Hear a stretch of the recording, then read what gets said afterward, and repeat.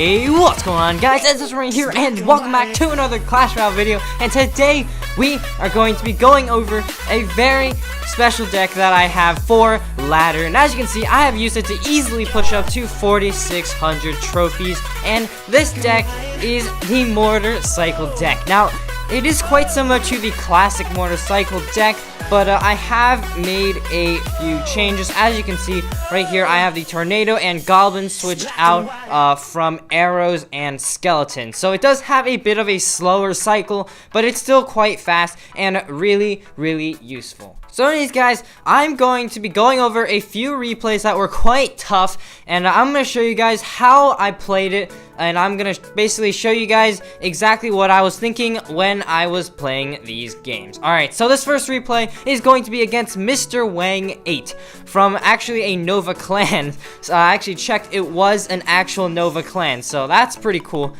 So here we go. Starting off the match, he's going to go ahead, go Hog and Ice Spear, so I'm going to do a pretty smart play.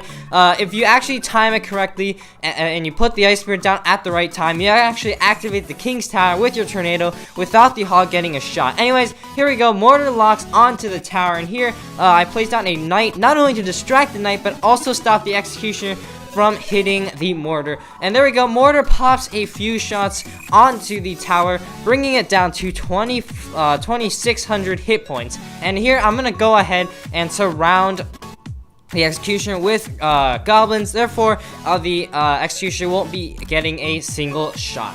Now, here we're both just saving up elixir, and I'm about to do a very, very nice play here. As you can see, with an activated King's Tower, if you go ahead and just play a Tornado at the very last moment, you can actually shut down a Hog Rider without even getting a single shot on the tower. So here we go. We're going to take that +1 elixir trade, and we're going to put that into a Mortar. Unfortunately, I did place that Knight a little bit too far over. The Knight does not get distracted, and the Knight will unfortunately take out our Mortar right there. And there we go. We also have an Executioner that we have to deal with, and let's go ahead and put some Goblins down. And here we're gonna go ahead and log out the 2 Goblins, and here unfortunately I accidentally make a misplay. The Hog doesn't go for the Mortar, and that's gonna bring that tower down super duper low, and 2,500. So he's pretty much tied up the game, but fortunately the Mortar does log onto the tower, and there we go, guys, bringing the tower down to 2,200 hit points. Alright, so here we go. We've got a little mini push on the left and some Goblins on the right. I put some Goblins in the middle as well as a Knight to take all of that out, and I immediately, I think I follow up with a Mortar. Actually, no, I don't. Looks like he's gonna play down another Hog Rider, and as you can see here, again, I Tornado at the very last moment, and the Hog once again will get 0 shots onto the tower. And here I begin the rocket cycling. As you can tell, I obviously am not making any progress on this guy's tower. So once you're in the last minute or so, if you're not making any progress with this deck, obviously you want to start with that rocket cycle.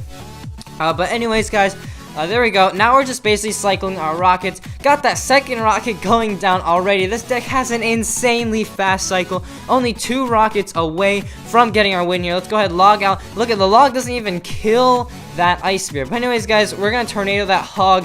There we go. Ice Spirit will take that out. Knight down to soak for that Executioner. And there we go. Another rocket. And one more rocket is going to be sealing the deal for us. So here, he's going to get another Hog push ready. So we're going to go ahead and put down a defensive Mortar. We're going to try and cycle to our rocket. And looks like all we have to do, guys, is defend against this push. And we're going to be grabbing ourselves a nice 1-0 victory. About 20-30 seconds into overtime. So there we go, guys. We cycled to our rocket, and we're going to go ahead and take out his tower for the 1-0 win. Now this, I will admit, is somewhat cheap, but especially when you are free to play and you're gonna face all these max epics and legendaries, there really isn't much you can do. Alright, so anyways, against this next replay, we're gonna be facing Sean from a Chinese clan. He's gonna be using a P.E.K.K.A. Battle Ram control deck. And this deck, not too hard of a matchup. Obviously, if you're completely free to play, it's hard to actually level that deck up. So again, this deck is really good at dealing with decks like that. So anyways, he's going to put down an Electro Wizard in the back and a Battle Ram. I'm going to put a Mortar on the other side, and I'm going to go ahead. Mortar's going to take out the battle ram push right here, but he does have an executioner, which is gonna go ahead and take out my mortar. There we go. We've countered that push pretty well. Now we've got to counter this executioner. Goblins and a knight will do perfectly fine. And there we go. Hopefully the goblins and that knight will go ahead and get some chip damage. But no, he does place down a P.E.K.K.A. So we're going to go ahead, get ready for some defense. So let's go ahead, get some archers down. Because the best thing you want to do is place the archers in the back. That way you can easily cycle back to archers. He's going to poison. So I'm putting an ice spirit down as well as goblins to distract the P.E.K.K.A. Again, the P.E.K.K.A. is such a slow hitting troop that you can easily distract it. So he's gonna put a battle ram. Let's put a knight right there, and that's gonna go ahead, stop that battle ram. Unfortunately, it did connect onto the tower, but the knight is gonna basically take that out, and the mortar is going to be locked on to the tower. Right now he does have a significant damage lead, but the mortar is going to narrow that as much as possible. Here I'm gonna log out the goblins. And there we go. Somehow the executioner redirects onto the archers, allowing our mortar to take one last shot onto the tower. And there we go. We're pretty much tied right here. Executioner barely doesn't get a shot onto the tower.